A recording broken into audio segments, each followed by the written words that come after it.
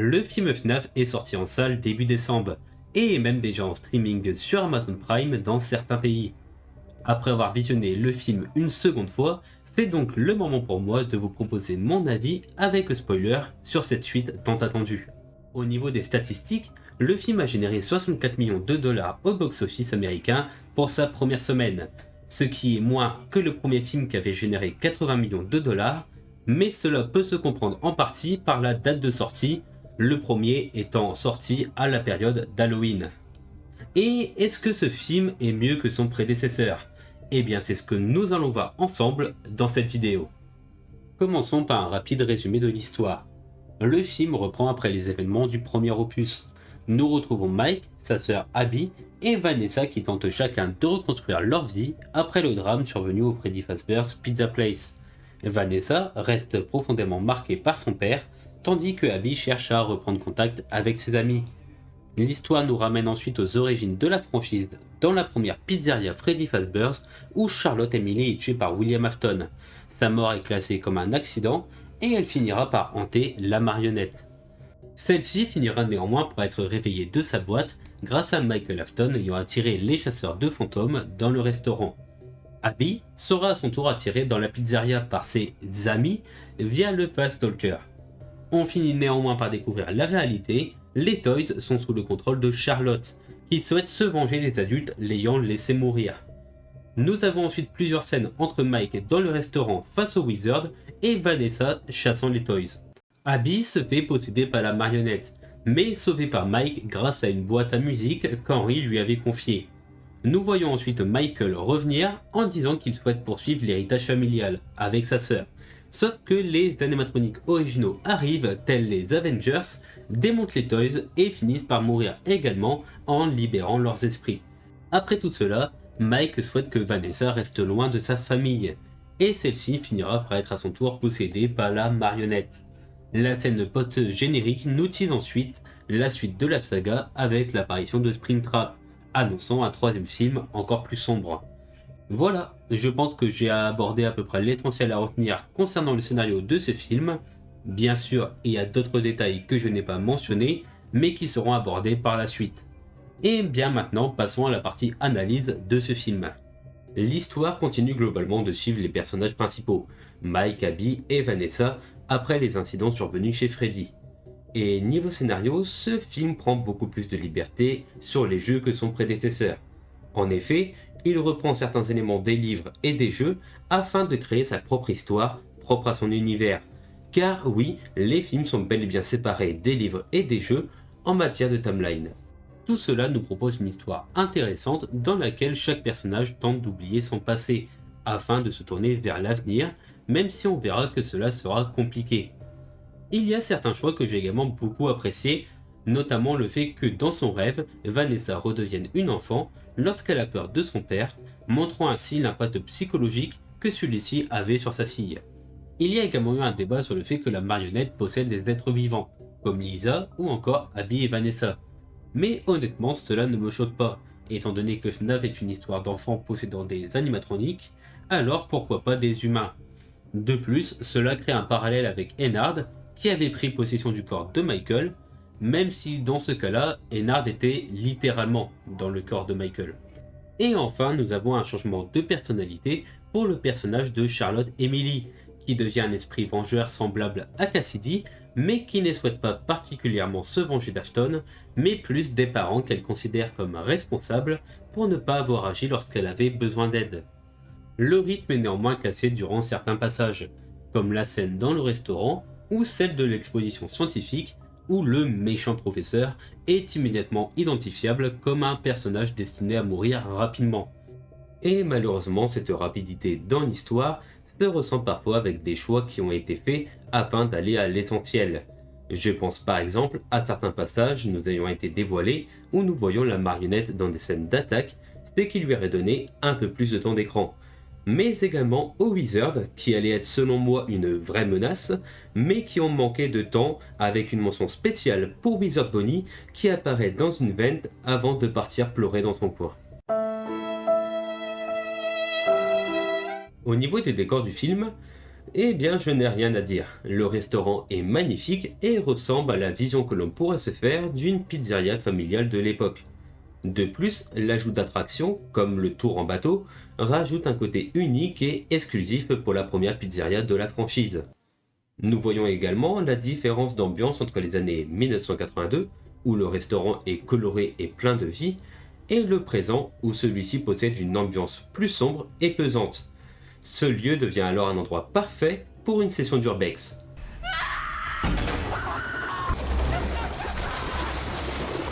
Du moins, en apparence.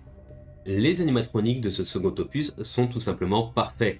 La compagnie Jim Henson a encore une fois fait un excellent travail. En effet, dans ce film, il y avait beaucoup d'animatroniques à qui donner vie.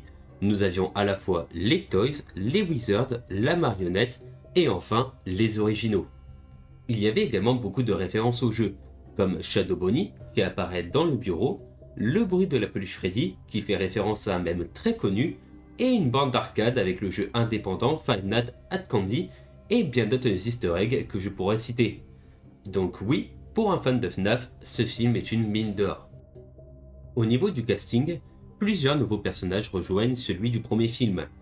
Dans un premier temps, nous avons les chasseurs de fantômes avec l'actrice McKenna Grace, interprétant Lisa, ainsi que ses deux partenaires Alex et Rob. Mais également le méchant professeur de sciences Monsieur Berg, interprété par Wayne Knight, connu pour son rôle de Dennis Nedry dans la saga Jurassic Park. Ces quatre personnages sont comparables à Max, Jeff, Carl et Hank dans le premier film. Ce sont des personnages qui n'ont pas pour objectif d'être des personnages principaux de l'œuvre, mais qui sont surtout présents afin de faire avancer l'histoire. Nous avons ensuite des personnages ayant une plus grande importance dans l'univers de FNAF. Nous retrouvons ainsi Freddy Carter, interprétant Michael Afton, Skit Ulrich dans le rôle d'Henry Emily, Audrey Lynn Marie qui incarne le personnage de Charlotte Emily, et enfin Myriam Spunkin reprenant le rôle de la jeune Vanessa. Pour les quatre acteurs que je viens de citer, ils seront très certainement, et je l'espère, dans le troisième film car leur histoire n'est pas encore terminée et il y a encore beaucoup à explorer.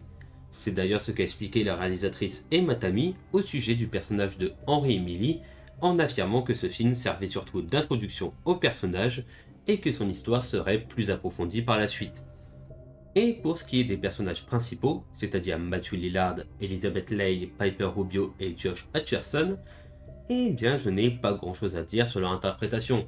Ils ont également fait un super travail dans ce second film. Pour les musiques, on retrouve le groupe Newton Brothers qui était déjà présent pour le premier film, avec notamment le retour de la musique d'introduction sous format 8 bits. Et bien sûr, lors des crédits, nous avons le droit pour mon plus grand bonheur à la musique It's Been So Long du groupe The Living Tombstone. Ce second opus, contrairement au précédent, sert avant tout de transition pour un troisième film. Tandis que le premier se concentre principalement sur la famille Schmidt, avec Abby et Mike tournant la page sur la disparition de Garrett, le second film se concentre quant à lui sur Vanessa, qui essaye elle aussi de fuir son passé, mais plutôt que de le combattre, celle-ci va le dissimuler. Elle cherchera néanmoins à affronter son passé dans ses rêves, mais ne sera pas assez forte, et son père lui rappellera d'ailleurs qu'elle lui appartiendra toujours. Ce passé finit d'ailleurs par ressurgir avec le retour de Charlotte et l'existence de son frère Michael Afton. Cette dissimulation finit alors par causer une brèche dans la relation qu'entretenait Vanessa avec Mike. Une séparation qui permettra alors à la marionnette de prendre le contrôle de Vanessa. Alors, à la base, j'avais prévu de vous lire certaines critiques de la presse sur le film, mais finalement j'ai changé d'avis afin de laisser la parole aux personnes ayant été voir le film avec moi, afin que vous puissiez néanmoins avoir quelques avis extérieurs que je vais maintenant vous présenter. Bonjour, moi c'est Mdou et je vais vous faire une critique pour la vidéo de Gister sur le film FNAF 2. Vous inquiétez pas, je vais pas prendre beaucoup dans la vidéo, c'est juste pour avoir un avis extérieur et autre que l'avis de Gister. Je trouve l'histoire assez faible en développement, notamment sur certains personnages et surtout celui de Michael Afton, car on le voit peu dans le film tout simplement. On le voit juste au début pour le restaurant du deuxième film du coup, avec la compagnie de Gus DX. Il est juste venu pour sourire à la caméra et voilà, c'est tout ce qu'il a fait. Et puis aussi montrer sa petite jawline comme ça. Parce qu'en fait, il a fait que Orafin pendant le film, sourire. Venu aussi à la fin du film pour se prendre une grosse droite par Jérémia. Puis dire qu'il est méchant, méchant, vraiment très méchant, très méchant, très méchant, très méchant, très méchant. C'est tout ce qu'il a fait. Alors que je pense que le personnage aurait pu être très intéressant. Parce que dans le lore, je pense qu'il a... Parce que je connais pas trop le lore de FNAF personnellement. Mais je sais qu'il a quand même une grosse place dans le lore de FNAF. Et ça aurait été plus intéressant de le développer un peu plus que ça. Mais il n'y a pas que lui, on a vu aussi le Golden Freddy qui est en forme d'enfant, on aurait peut-être aimé plus le voir en forme animatronique, mais je pense que l'histoire aurait pu être plus développée que ça. Mais ça s'arrête pas là, les Wizarded aussi, on les a vu un peu dans le restaurant de FNAF 2, on les a vu qu'ils étaient cassés du coup pour annoncer à Abby qu'ils étaient pétés et qu'ils étaient impossibles à réparer. Et puis aussi à la fin du coup pour le film Les Avengers. Bref, en dehors de tout ça, j'ai adoré le personnage de Pepe, je trouve qu'il est très intéressant et très bien développé en dehors du coup des autres personnages sous-développés on va dire. Et on sait très bien qu'on va la revoir dans le film FNAF 3 avec la fin où Vanessa se transforme littéralement, se fait posséder par Pepe. Et puis voilà, Pepe, ça a été un gros coup de cœur pendant ce film. Il y a d'autres points forts sur ce film, notamment les animatroniques qui sont très bien respectés, qui sont littéralement magnifiques comme le premier film où franchement j'ai vraiment adoré leur chara design. Bon bref, c'est exactement les mêmes que les jeux vidéo. Puis j'ai adoré les images qui sont splendides, franchement il n'y a rien à dire, la qualité est parfaite, le son est trop bien, les OST façon FNAF, les OST sont incroyables de base. Et puis même en dehors de tout ça, il y a vraiment des personnages qui sont quand même beaucoup plus développés que d'autres. C'est juste dommage qu'on ait des personnages importants sous-développés, mais on a quand même la suite de Vanessa qui va être très très important et très très intéressant. C'est vraiment tout ça que j'adore dans ce film, c'est vraiment les images, les animatroniques, etc. De toute façon, ça c'est vraiment très très beau. C'est pour ça que je vais donner une petite note quand même pour la fin, et ça sera un 7 sur 10 pour le film FNAF 2. Même si il y a beaucoup de problèmes quand même dans ce film de FNAF. Donc voilà, moi je vous laisse ici. On se retrouve, je pense, pour le film FNAF 3. La critique sera faite à coup sûr. Et je passe la parole à Diodara. J'espère qu'il fera une bonne critique, meilleure que la mienne, c'est sûr. Voilà, je vous laisse ici. Ciao, ciao. Salut YouTube, c'est Diodara. Aujourd'hui, on intervient dans la vidéo de Gister comment dire, sa vidéo sur la critique du film FNAF 2. Et je vais donner du coup mon avis sur ce film. Donc sans plus tarder, on va commencer par les points négatifs du film. Et le premier point négatif que j'ai noté donc, dans mes notes, c'est que l'histoire n'a pas été assez développée. C'est vraiment le gros point faible, je trouve, du film. Il y a plein de questions qui se posent, en fait, et on n'a pas vraiment de réponse. Enfin, par exemple, qu'est-ce que Circus Baby fait là? Comment ça se fait que les animatronics du premier film ont pu arriver à temps? Alors qu'ils marchent, c'est littéralement Patrick, 230 ans, déplace et ils ont réussi à arriver à temps. En plus, il y a la zone de sécurité autour du restaurant qui ne sont pas censés pouvoir quitter, et on voit très bien que les autres animatronics se désactivent assez rapidement. Ensuite, comment les trois gamins à la fin, enfin les trois gamins, les trois ados à la fin ont réussi à trouver la salle secrète, alors que, bah, a priori, Abby, Mike et sûrement Vanessa, du coup, ont exploré le restaurant pas mal de fois et ils ne l'ont pas trouvé.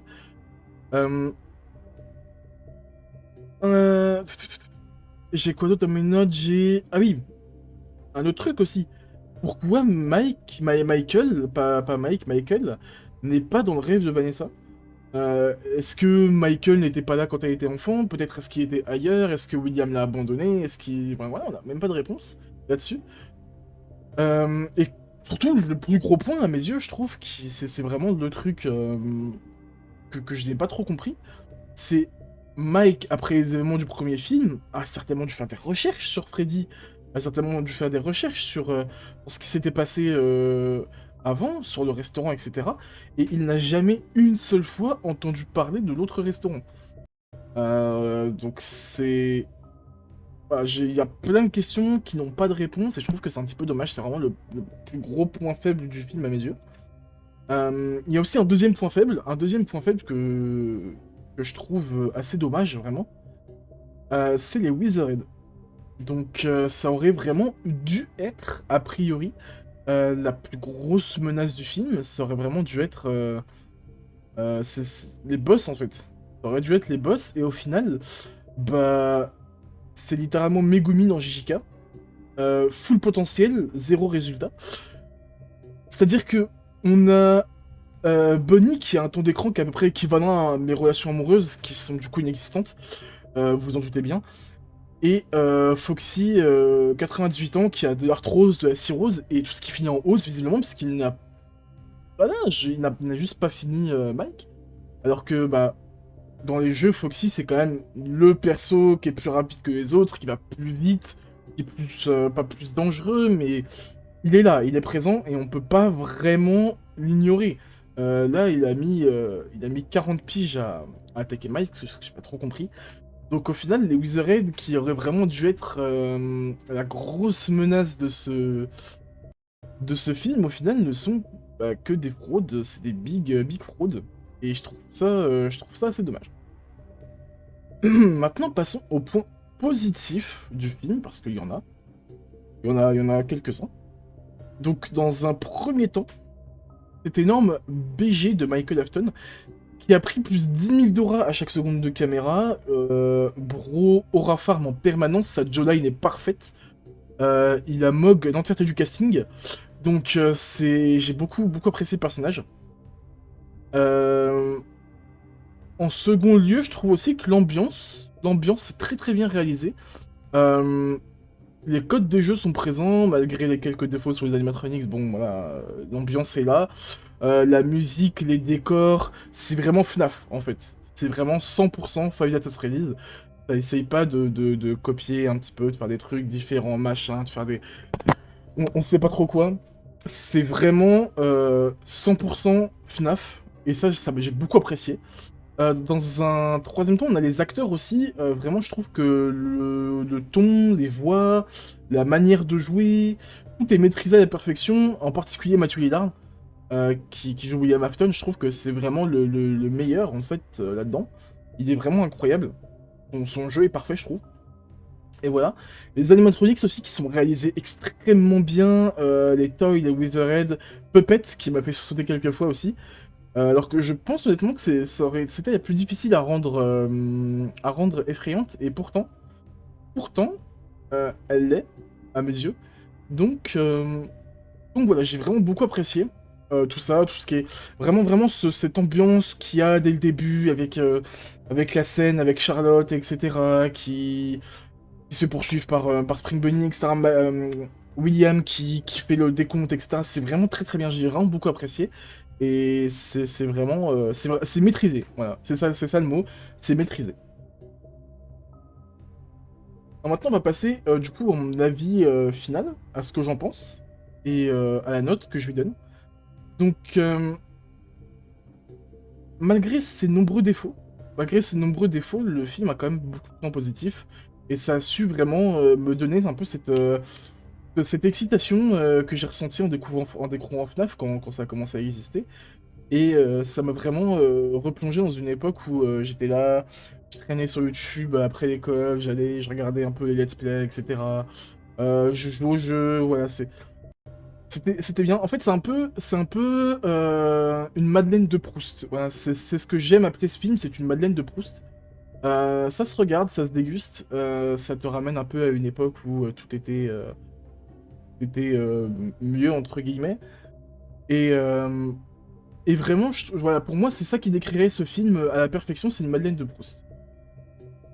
Donc, pour moi, ce sera un 7,5 sur 10. Je ne connais pas la note, il me semble, des autres personnes qui sont dans cette vidéo. Donc, de Endu et je ne connais pas la note de Gister non plus. Donc, voilà, mais pour moi, ce sera un 7,5 sur 10. Et j'espère vraiment, j'attends vraiment FNAF 3 au tournant, puisqu'il y a mon personnage préféré d'ailleurs, Springtrap. Et j'attends vraiment en fait cette suite au tournant, parce que je pense vraiment que le tome sera aussi bien maîtrisé, Et j'espère vraiment que ce sera parfait en fait, simplement. Donc voilà, c'est tout pour moi. Je redonne la parole à Magister si voilà. Et voilà. Donc, c'était Diodara. À plus. Le point fort de ce film est avant tout le scénario, mais également l'environnement qui l'entoure. Nous offrons ainsi certaines scènes dignes de l'univers de FNAF. Je pense par exemple à la scène d'introduction avec le meurtre de Charlotte, qui est l'une de mes scènes préférées du film. De plus, celui-ci est rempli de références qui font le plaisir des fans, que ce soit au niveau des décors et des répliques, comme par exemple la phrase I don't hate you, but you need to stay out of my way, qui a été ajoutée par McKenna Grace et qui est une phrase prononcée par Charlotte dans les jeux. I don't hate you, but you need to stay out of my way. Et enfin, l'un des piliers majeurs de cette saga et de ce film, c'est bien évidemment les animatroniques et les décors, qui nous replongent dans l'ambiance des jeux, nous offrant ainsi beaucoup de nostalgie en tant que fan de la licence. Les points négatifs concernent d'abord la durée du film ayant un impact sur le rythme. Les événements s'enchaînent trop rapidement au détriment du développement de certains personnages, dont les Wizards. Il y a également l'aspect horrifique qui est certes plus présent que le premier film, mais qui reste néanmoins toujours assez léger. J'attends donc beaucoup du troisième film, avec notamment l'arrivée de Springtrap, qui devrait, je l'espère, rendre le film le plus effrayant des trois. En conclusion, en tant que fan de FNAF, j'ai vraiment pris plaisir à découvrir ce film. Alors certes, il n'est pas parfait, si vous y allez pour regarder un véritable film d'horreur, vous risquez très certainement d'être déçu. En revanche, en tant qu'amoureux de la saga, vous prendrez plaisir à reconnaître les nombreux détails cachés et découvrir enfin certains personnages emblématiques prendre vie sur le grand écran. À la sortie en salle, je n'avais d'ailleurs qu'une seule envie, voir la suite afin d'obtenir des réponses aux nombreuses questions laissées par le film. On peut donc dire que oui, ce film remplit bien son rôle de transition, en donnant clairement envie aux spectateurs de découvrir la suite de cette histoire. Nous arrivons désormais à la fin de cette vidéo, n'hésitez pas à partager en commentaire votre avis sur le film, cela me fera très plaisir de vous lire, et de mon côté je vous dis à très bientôt pour une prochaine vidéo.